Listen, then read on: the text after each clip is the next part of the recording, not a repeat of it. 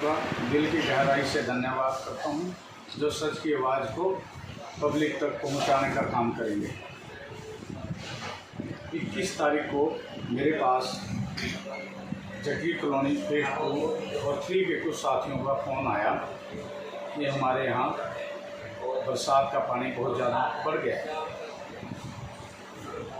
उसके बाद मैंने उनको कहा, उनमें से कुछ साथियों का मेरे पास 2 साथियों की वीडियो भी पहुंची, तो उन्होंने कहा कि हमारे घर में पानी घुस गया है।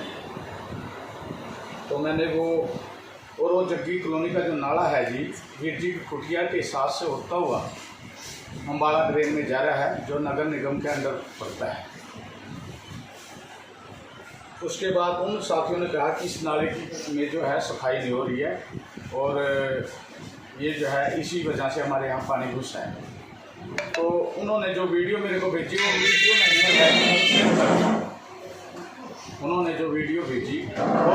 विधायक जी को शेयर कर दी। तो विधायक जी ने तुरंत उसके ऊपर एक्शन लेके, उस वीडियो पे एक्शन लेके उन्होंने कहा और उसका वहाँ समाधान हुआ। तो मैंने फिर ठेकेदार को, प्रीतम जी से बात हुई, प्रीतम जी बोले मेरे को कि मैंने ठेकेदार को आपका नंबर दे दिया और वो आपसे बात करेगा। तो हमारे पास ठेकेदार जी का कोई नंबर नहीं आया। फिर मैंने प्रीतम जी को दोबारा कहा, तो उन्होंने फिर उसको कहा। तो उसके बाद वो बोला जी मैंने तो इस नाले की कई बार सफाई करा ली है। मैंने कहा अभी जब तूने नाले की कई बार सफाई करा ली है और जनता ये कह रही है अभी यहाँ तो सफाई नहीं हुई और ये जो पानी है हमारे घरों में घुस रहा है, तो बोला जी चलो कोई बात नहीं, मैं करता हूँ। इसने मेरे को कोई आई गई नहीं। तो मैंने उसको कहा भाई तू ऐसे कर, मेरे पास आ और मेरे सामने आके इस नाले को दोबारा साफ़ कर, ताकि मैं जनता को कह सकूँ कि ये देखो जी ये तो नाला साफ़ है, ये तो प्राकृतिक आपदा थी, ठीक है कि नहीं जी। तो उसने मेरे को कोई आईडी नहीं दी। इसमें अगर जो ऐसी आवाज़ उठा के मैं विधायक जी तक पहुँचाऊँ जनता की आवाज़, और इसमें कोई मुझे गुमराह करे या कोई आदमी को दिक्कत हो, जैसे मेहता जी को, ठीक है ना जी, तो ऐसी मैं जनता की आवाज़ हमेशा विधायक जी के माध्यम से पहुँचाता रहूँगा, जिससे जहाँ जनता का फायदा होगा मैं इसको हमेशा ही पहुँचाता रहूँगा। धन्यवाद। सफाई का टेंडर दिया हुआ है, तो वहाँ अलग अलग वार्डों से कार्यकर्ताओं के फ़ोन आते हैं कि वहाँ ये सफाई करवा दो, वहाँ सफाई करवा दो, तो हम उनको उनके नंबर सेंड कर देते हैं। तो मैंने ऐसे ही हमारे MC लड़े हुए हैं वहाँ कार्यकर्ता रविंदर जी, उनका नंबर उसको सेंड किया। तो उसने उस पर कार्रवाई ना करते हुए जब 2-3 दिन कार्रवाई नहीं हुई तो दोबारा रविंदर जी का मेरे को फ़ोन आया। तो मैंने कह दिया, उसमें कोई ऐसी लंबी चौड़ी बात नहीं थी। तो ये जो उन्होंने अपनी नीति बनाई हुई है ना जी, ये मेहता जी ने भी दोषारोपण दूसरे पे कर दो। तो घर की रसोई का गैस ख़त्म हो गया, उसका भी दोषारोपण MLA पे कर दो कि मेरे घर पे रोटी नहीं बने, या कोई और काम है उसके लिए भी। अब ये बाढ़ आपदा आई है इतनी बड़ी, 30-40 सालों में पहली बार ऐसा हो गया। तो सबको मिलजुल के काम करना चाहिए, सभी इसमें राजनीति ना करते हुए जो आम नागरिक हैं उनकी सहायता करनी चाहिए। अब उन्होंने एक चीज़ और कही इसमें, भाई मैं बड़ा तगड़ा आपको खुलासा करूँगा। तो 2 बंदे आपस में बैठ के बातें कर रहे हैं, उसका खुलासा उन्होंने कर दिया। क्या प्रेशर उन्होंने उस पर डाला है सुपरवाइज़र पे हमें नहीं पता, लेकिन आज मैं खुलासा कर रहा हूँ कि उन्होंने ग्रुप बनाया हुआ ड्रेन क्लीनिंग, जो ड्रेन क्लीनिंग का ग्रुप बनाया हुआ है उसमें है कौन कौन, सारी हरिपा के मेयर मैडम है उसमें, राजेश मेहता जी है उसमें, उनके 1-2 पार्षद हैं, यहाँ वो ठेकेदार है, यहाँ उसका सुपरवाइज़र है, उसके अंदर मैं भी हूँ। तो मैं इस कारण मेरे को पता है कि उसके अंदर ये सारी मेरी गांठ, उनको पता है कि किसकी सफाई करवानी है, कहाँ नहीं करवानी। तो मैं उसका आपको स्क्रीनशॉट भी दे दूँगा व्हाट्सएप पे, मेरे पास जो है उनका भी। उसमें हालांकि सभी पार्षद होने चाहिए थे, कांग्रेस के भी होने चाहिए थे, BJP के भी होने चाहिए थे, ताकि सबको पता चले कि कहाँ नाले की सफाई हो रही है, कहाँ नहीं है। तो सिर्फ हरिपा के ही उसमें 5-4 पार्षद हैं और ये डिप्टी मेयर और मेयर मैडम है।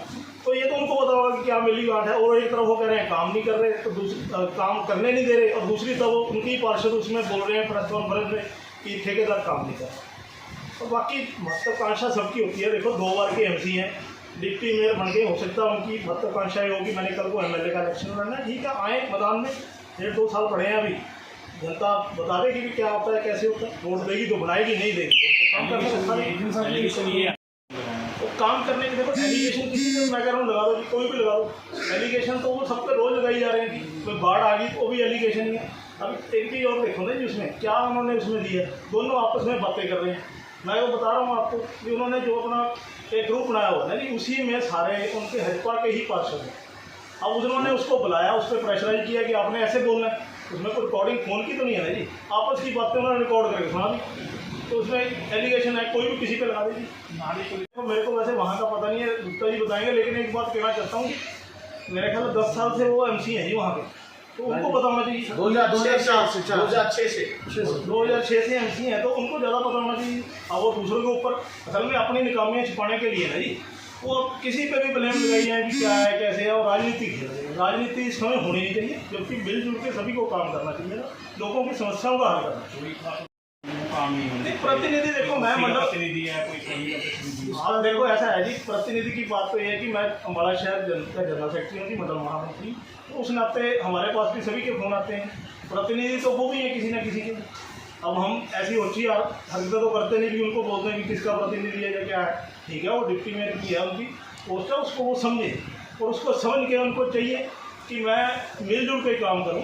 ठीक है ना कि मिलजुल के ही काम करने में बधाई है, सभी का फायदा, सभी नागरिकों का भी उसी में। पानी तो आया है सर, पानी के लिए तो देखो ऐसा है कि पंजाब भी सारा डूबा पड़ा है।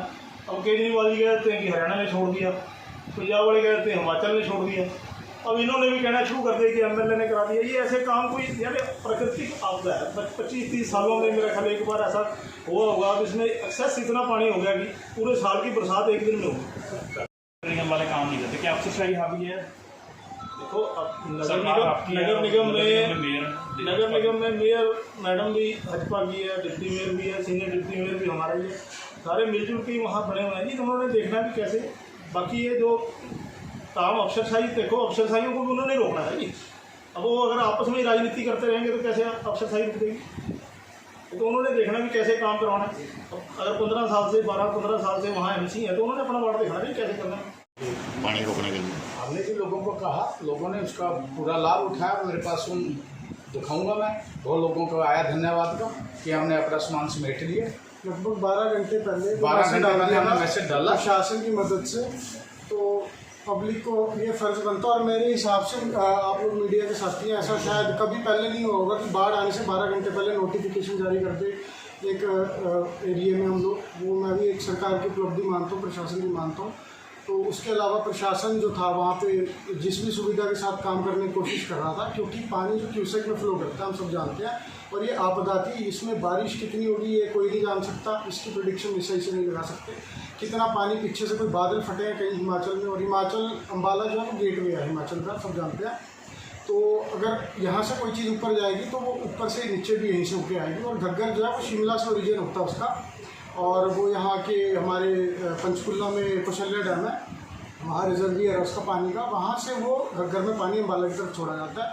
जो हमारे पास मैसेज आया था प्रशासन के द्वारा और विधायक जी के माध्यम से, उसमें यही हमें बताया गया था, जिसकी हमें मोटी मोटी कैलकुलेशन ये समझ आती है कि जब कौशल्या डैम से पानी यहाँ छोड़ा जाना था, जितना भी क्यूसेक था वो भी सही से हमें डाटा नहीं पता। ऑलरेडी यहाँ इतनी बारिश हो चुकी थी कि यहाँ के सब रिजर्वियर, नाले या फिर नदियाँ ओवरफ्लो थी। घग्गर थी हमारे यहाँ, हमारे एरिया में जो डायरेक्टली इफेक्ट करती है, घग्गर पूरा ओवरफ्लो हो रखा था ऑलरेडी यहाँ की बारिश की वजह से।